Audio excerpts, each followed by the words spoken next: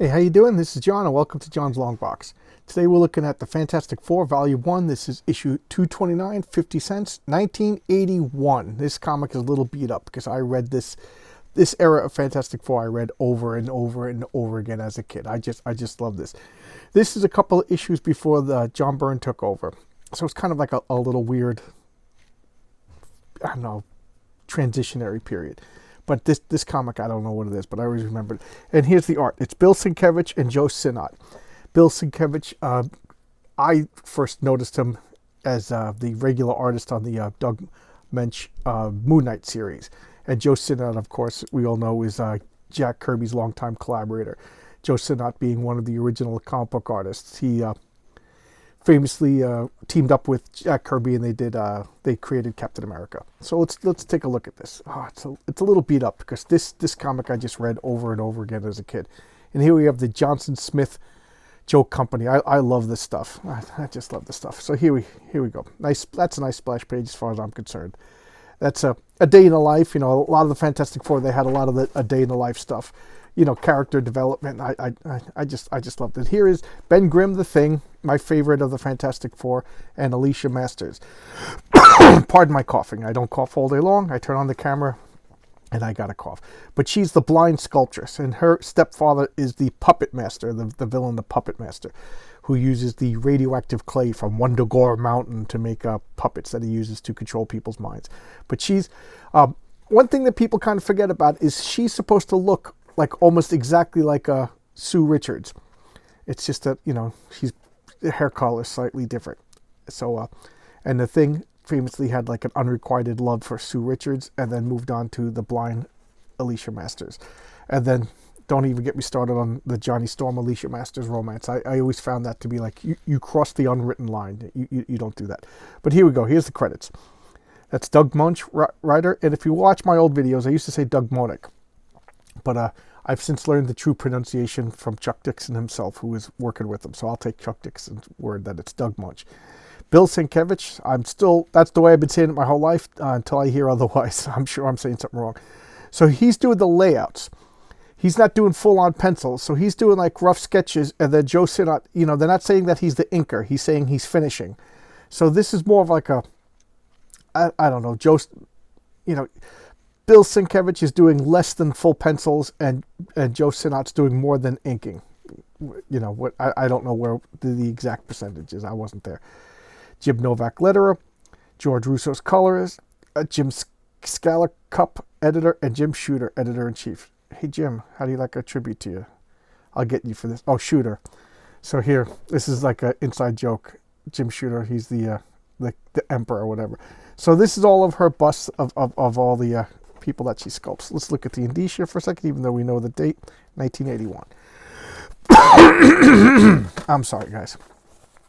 So that's her newest one of Moon Knight, and that's kind of a meta joke because at this point, Doug Moench and Bill Sienkiewicz were doing Moon Knight. So that's a neat little touch. And here we have Franklin. That's Reed Richards and Susan Storm's child. I don't know. Stretching power would be gross. Would you want to hang out with somebody who could stretch all the time? And and this is Johnny Storm's current girlfriend, Lonnie. Johnny Storm famously he was a ladies' man. He went through a lot of women. I shudder to think what they're doing to him these days. I can only imagine. I don't know. At the auto show, and they're lovey-dovey and everything. And meanwhile, a black hole. Black hole sun, don't you run, and wash my sins away, or whatever the song is. But black hole. And then everything gets like negative. And I love this effect that they do. I don't know how they do it. But look, you see the coloring is all kind of reversed. Gravity's kind of reversed. It's kind of freaky, kind of horror show. What's going on? Look at the inside of the thing's mouth is green. Everything's flying around. Just a neat little effect. And then people fall down. So she got hurt. Ben Grimm, you know, he was floating around. Gravity got reversed a bit. So he's rightfully ticked. Wouldn't you be? Somebody hurt your girlfriend, smashing out the window. What's going on? And you could see these black tendrils. He's like, you stay here, don't move. This is a Fantastic Four thing. So, wow, I could breathe again. I guess it affected the oxygen. I didn't notice that. And then the Fantastic Four showing up. And They must have caused it. Everything happens around here. Screw this stinking Fantastic Four. You see how fast a mob could form? Look at that. Look at that. They're all using her force field to protect themselves, and an angry mob. And of course, the hothead torch, you know. And look at this guy. Just stepping out. I don't know why, but this reminds me of like that old 67 Spider-Man cartoon. You know the one, Spider-Man. I don't know why. Just stepping out. The purple contraption is doing gravity rays, and Reed Richards is doing the classic superhero thing, opening up his jacket, revealing his costume. And I just love Reed Richards. I thought he was a cool character.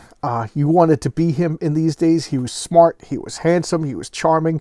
You know, he was compassionate. He was all the best qualities. He was a loving dad. You know, and I don't know. Just I think they're doing him dirty these days. I'm not even going to get into it, but they kind of like making him an unlikable character. And that's one of the reasons why I quit reading Marvel. But there we go. So this is like this creature. It's coming out, and it's just making these rays come out. I don't know why I think about this a lot. And again, every time I talk about the Fantastic Four, I thought he had to say flame on, but he's flame on, and then he could do up supernova intensity. So he's just pushing his powers to the utmost limit, and it doesn't really seem to affect this being. And Reed's like, oh no, what are we going to do? But the problem with that supernova intensity is he can't maintain it very long. It's exhausting. Do the old stretcheroonie and sprung, and here he goes flying right off his knee. Ba-doing! Look at that. Lonnie and Franklin are just running, and thing gets scrocked laying on the ground. Ben, he's hurt. He's not moving. So, Ben, let me go get him. He flies down, and he's checking him out. And look at this guy. Just big, like he's like a negative mass being. And I love these little tendrils. I don't know why, but I have a stack of comics to showcase over here, but I still went and pulled this off because something made me think of it today at work. I don't know what it was, but something made me go and get this comic. So, and these tendrils, look, it just goes in the ground and it lifts up a city block, a whole city block. You know, you read that stuff as a kid, and now, you know, as an adult, I'm like, how would that happen? How could that possibly happen? But you loved it as a kid. So people like freaking out. And Johnny Storm could turn off parts of his flame and carry people. And here he is, you know, just his legs are on fire, evacuating people. But it's a whole city block. How, you know, have you ever been to Manhattan? A whole city block? That must be like thousands of people. So this is cool. She makes a force field, but she could control the density of the force field. So she's making a soft force field, but it's invisible. And she's telling people to jump. And the people are like, what are you, out of your mind? There's nothing there. You know, only Sue knows that there's a force field there. So so what does she do? She starts pushing people. You know, and people, oh, she's telling the truth. Okay. That to me was very realistic. You know what I mean? Just because she tells you to jump, are you going to jump? And then look at Reed. I just always wondered how this flimsy little ribbon could support his upper torso, but you know, whatever. I like that face.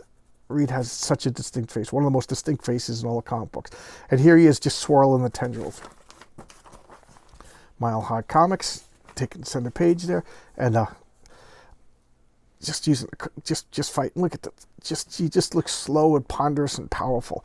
And here's Reed just determined, stretching out. So far Reed didn't do too much, but now he's getting zapped by these bands. They're just grabbing into him and pulling him apart. Reed, that thing hurt Reed. He goes, that doesn't. You just hurt Reed Richards.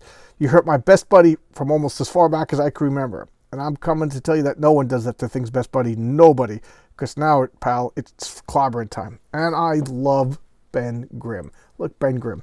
And I always say this. He's the cornerstone of the Fantastic Four. Pun intended. He is the heart and soul of the Fantastic Four. He's monstrous visage, monstrous opinion, monstrous opinion, not opinion, monstrous visage, monstrous whatever. But he's got the heart of gold, you know. And look, boom. So this is the first time anybody seemed to have done anything to this negative being. And I hate licking my fingers too, but I couldn't get it. So they're fighting in this float city, and there's the Human Torch just still dropping people in the force field. He saved us. We got to go fast before the tent. So now what's he doing? This is kind of hokey. But whatever. So she puts a force field around the city block, and then the thing heats it to make it rise like a hot air balloon. Look at all the people, just, whatever. But it slows its descent.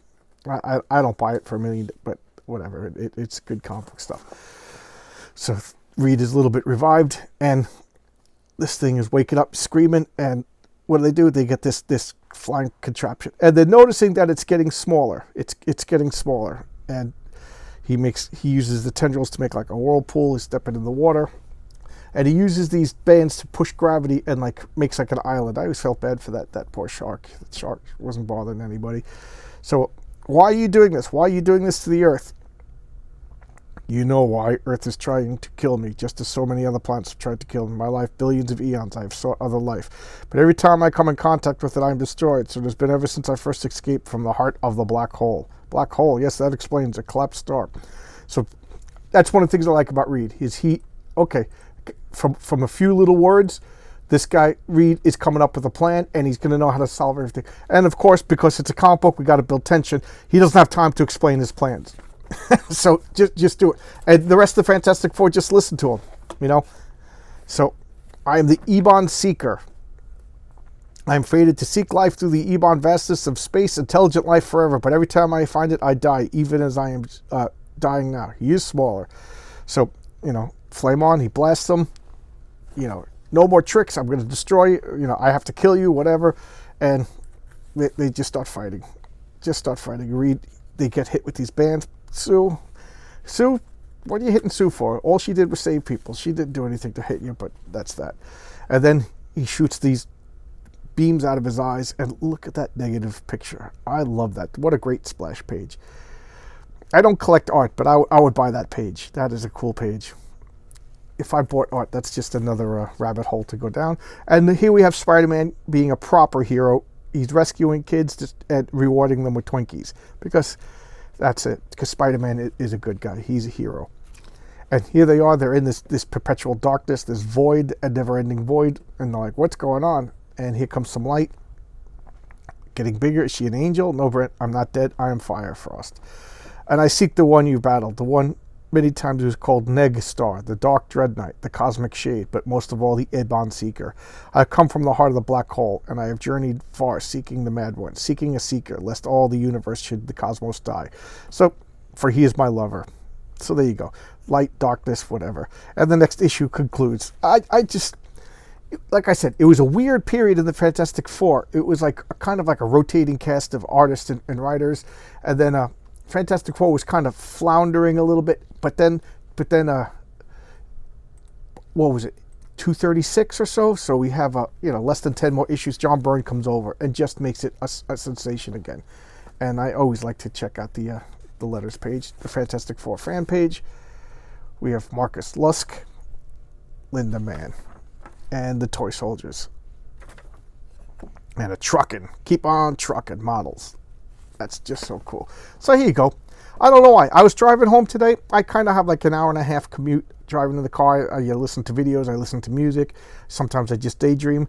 And I often think about this channel. And for some reason, like again, I pulled off a big stack of comics to showcase over here so I don't have to struggle, because I used to just do it every day. And that was like the hard part, just trying to find a comic.